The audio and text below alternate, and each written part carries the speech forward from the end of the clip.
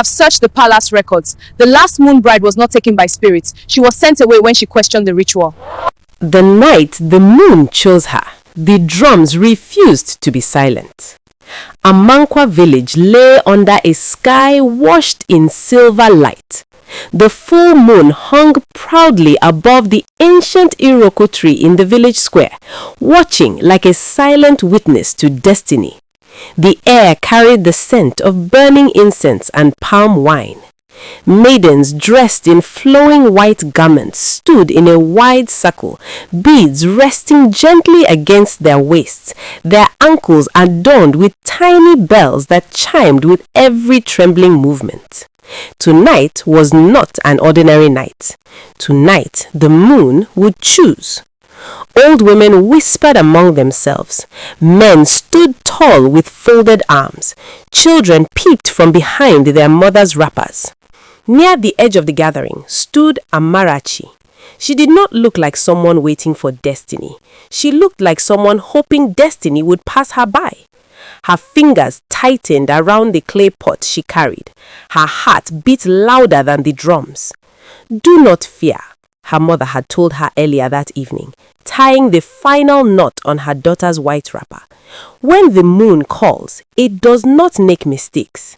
But Amarachi did not want to be called. Across the square stood Obina, the village hunter, tall, quiet, steady. His eyes never left her face. In them lived a promise he had never spoken loudly, a promise of a simple life together, a hut near the stream, children running barefoot, peace. The drums grew louder. The chief priest stepped forward, raising his staff carved with ancient symbols. "People of Amankwa," his voice thundered, "for generations, the Moon Bride has brought prosperity to this land. Tonight, the moon will reveal her chosen daughter." A hush fell. One by one, the maidens stepped into the sacred circle and danced before the fire. Adana danced first, daughter of Chief Okhai. She moved with boldness and pride. Her beads sparkled in the firelight. Her steps were strong, deliberate, almost commanding. The crowd cheered loudly. Her father smiled with satisfaction. Adana's eyes flickered toward Amarachi, not kindly. Then the drums softened. "Amarachi, daughter of Nkem," the chief priest called. A murmur rippled through the crowd. Amarachi stepped forward slowly. Her feet felt heavy, yet the earth beneath them felt strangely warm. The flute began to play, soft, haunting. She did not dance with pride. She danced with honesty. Her arms rose like branches greeting rain. Her movements flowed like the river at dawn. There was no force in her steps, only surrender. Suddenly, the wind stirred. The sacred torch that had struggled earlier burst into bright flame. Gasps echoed. The moonlight seemed to gather around her like a glowing cloak. The chief priest fell to his knees. "Abamaeka!" he cried. "The moon has chosen." Silence. Then chaos. Amarachi froze. Her mother wept, not from sadness, not from joy, but from the weight of what this meant. Obina's chest tightened. The life he had imagined was slipping quietly from his hands, and Adana's face hardened like stone. From that moment, Amarachi no longer belonged to herself. She was taken to the palace before dawn. The palace of Igwe Odumara stood tall on a hill overlooking Amankwa. Its walls were painted with stories of ancestors and victories. Yet inside its grand halls lived a king with a restless heart. Igwe Odumara had ruled wisely for years, but one sorrow followed him like a shadow. He had no heir.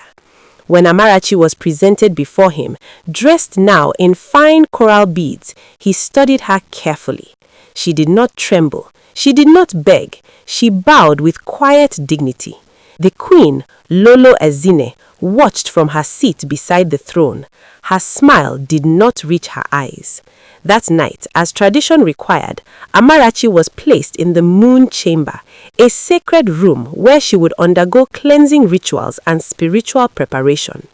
An elderly palace maid named Mama Ijeoma brought her food. "You are afraid," the old woman said gently. Amarachi nodded. The old woman sighed. "Every moon bride is." Amarachi hesitated before asking, "What happened to the last one?" The old woman's hands paused. "She was said to have completed her duty," Mama Ijeoma answered carefully. "But not everything in this palace is as it seems." Those words settled heavily in Amarachi's chest. Days passed.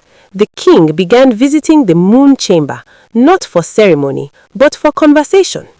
He asked Amarachi about village life. She spoke of farming seasons, of children playing by the stream, of widows who needed support.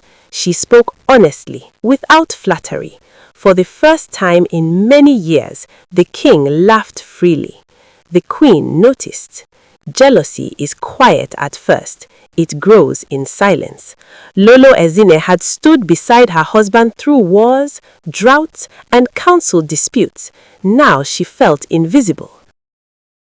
One evening, under the cover of darkness, the queen visited a native doctor beyond the village borders. "I will not lose my place," she whispered, "but destiny cannot be bribed." Meanwhile, Obinna could not accept what was happening. He requested audience with the king, something no hunter had dared before. In the throne room, he bowed deeply. "My king," he began, voice steady though his heart trembled. "Before the moon chose her, Amarachi had chosen me." The room shifted. The king looked at him with curiosity. "Do you challenge tradition?" Igwe asked. "No, my king," Obinna replied respectfully. "I challenge fear." Those words lingered long after he was dismissed. The final ritual night approached. The village gathered once again under the full moon. This ceremony would seal Amarachi's role permanently. As she stood before the sacred fire, something inside her felt wrong. She remembered Mama Ijeoma's words. She remembered the unanswered question of the previous bride. And so before the chief priest could begin the final chant, Amarachi spoke. Her voice did not shake. "Great people of Amankwa," she said, turning to the crowd, "tradition should bring life, not silence." The crowd murmured. She stepped closer to the fire. "I have searched the palace records. The last moon bride was not taken by spirits. She was sent away when she questioned the ritual." Gasps erupted. The chief priest's face darkened. "Silence!" he roared. But the king raised his hand. "Let her speak." Amarachi continued, her eyes bright with conviction. "The moon did not ask for fear. It asked for truth. If I am chosen, let it be to serve the people, not to be controlled by secrets." The square fell completely silent. All eyes turned to the chief priest. Under the weight of the king's gaze, his confidence wavered. Years of manipulation unraveled in moments. He had exaggerated prophecies. He had used fear to secure authority. The truth stood naked beneath the moonlight. Then something unexpected happened. The queen stepped forward. Tears glistened in her eyes.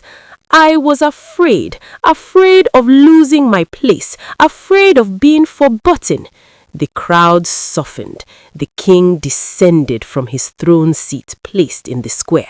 He looked at Amarachi, then at his queen.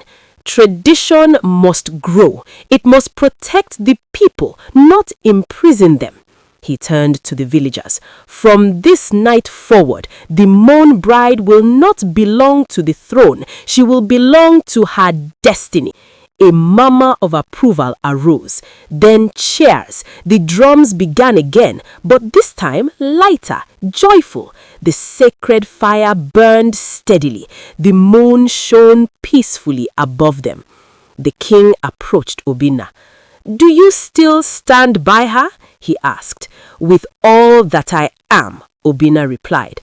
Amarachi smiled, not as Moon Bride, not as palace figure, but as herself. The queen stepped forward and embraced her gently.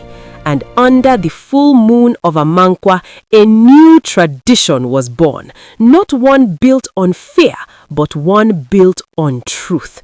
As dawn approached, the village danced, not because they were commanded to, but because their hearts were free. And high above them, the moon watched quietly, satisfied.